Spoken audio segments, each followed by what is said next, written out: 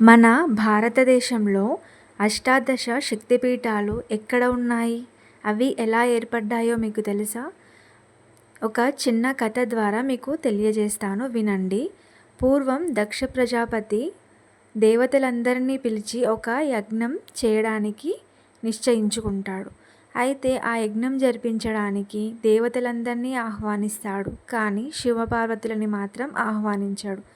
అప్పుడు పార్వతీదేవి శివుడి వద్దకు వచ్చి, మా నాన్నగారు యజ్ఞం చేస్తున్నారు, మనం కూడా వెళ్దామని అడుగుతుంది. అప్పుడు శివుడు, అందరికీ ఆహ్వానం పంపించి మనకు పంపించలేదు కదా, ఎలా వెళ్తావు అని అడుగుతాడు. దానికి పార్వతీదేవి, పుట్టింటి నుండి ఆహ్వానం రాకపోతే ఏంటి, నేను వెళ్తాను అని శివుడి మాట వినకుండా అలాగే వెళ్తుంది. అక్కడికి వెళ్ళాక ఆహ్వానం లేని పూజకు శివుడు నిన్ను ఎలా పంపించాడు అని అందరి ముందు హేళన చేసి మాట్లాడతాడు. కానీ అది చూసి పార్వతీదేవి తట్టుకోలేక యజ్ఞంలో దూకి ఆత్మాహుతి చేసుకోవడానికి ప్రయత్నిస్తుంది. వెంటనే వెళ్ళి అక్కడ యజ్ఞంలో దూకుతుంది.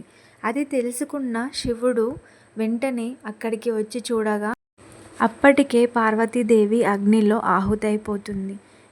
ఇది భరించలేక శివుడు పార్వతీదేవిని తీసుకొని ముల్లోకాలు ఏడుస్తూ తిరుగుతూ ఉంటాడు.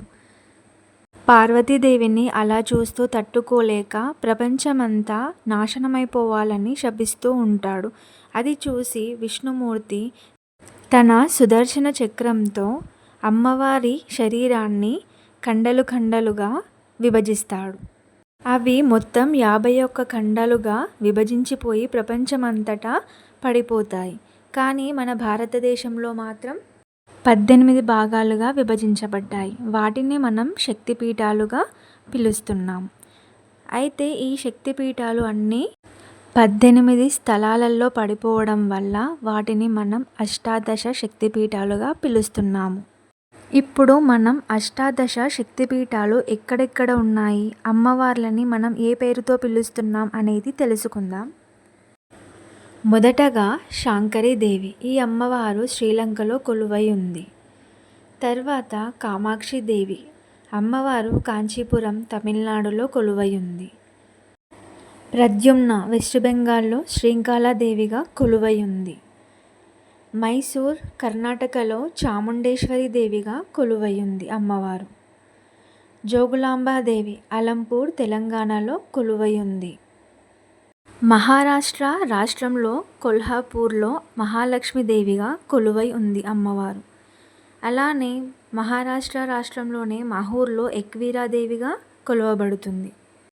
మధ్యప్రదేశ్లోని ఉజ్జయినిలో మహాకాళీదేవిగా కొలువబడుతుంది అమ్మవారు. అలానే ఆంధ్రప్రదేశ్లోని పిఠాపురంలో పురుహూతికాదేవి రూపంలో కొలువై ఉంది. జైపూర్లోని ఒడిస్సాలో బీరజాదేవిగా మనకి దర్శనమిస్తుంది అమ్మవారు. అలానే ఆంధ్రప్రదేశ్లోని ద్రాక్షారామంలో మాణిక్యాంబాదేవిగా దర్శనమిస్తుంది. అలానే అస్సాంలోని గువాహతిలో కామాఖ్యాదేవిగా దర్శనమిస్తుంది అమ్మవారు. ఉత్తరప్రదేశ్ ప్రయాగ్రాజ్లో మాధవేశ్వరి దేవిగా దర్శనమిస్తుంది. హిమాచల్ ప్రదేశ్లో జ్వాలాముఖి దేవిగా దర్శనమిస్తుంది. బీహార్లోని గయాలో మంగళగౌరి దేవిగా అమ్మవారు మనకి దర్శనమిస్తుంది.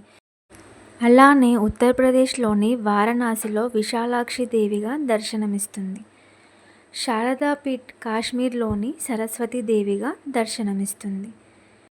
తర్వాత ఆంధ్రప్రదేశ్లోని శ్రీశైలంలో భ్రమరాంబికాదేవిగా మనకి దర్శనమిస్తుంది. ఎంతో శక్తివంతమైన ఈ అష్టాదశ శక్తిపీఠాలు మన భారతదేశంలో ఉండడం అనేది ఎంతో విశిష్టమైనది. కావున మీకు వీలైనన్ని శక్తిపీఠాలను దర్శించి అమ్మవారి అనుగ్రహం పొందాలని మనస్ఫూర్తిగా కోరుకుంటున్నాను. శ్రీమాత్రే నమః.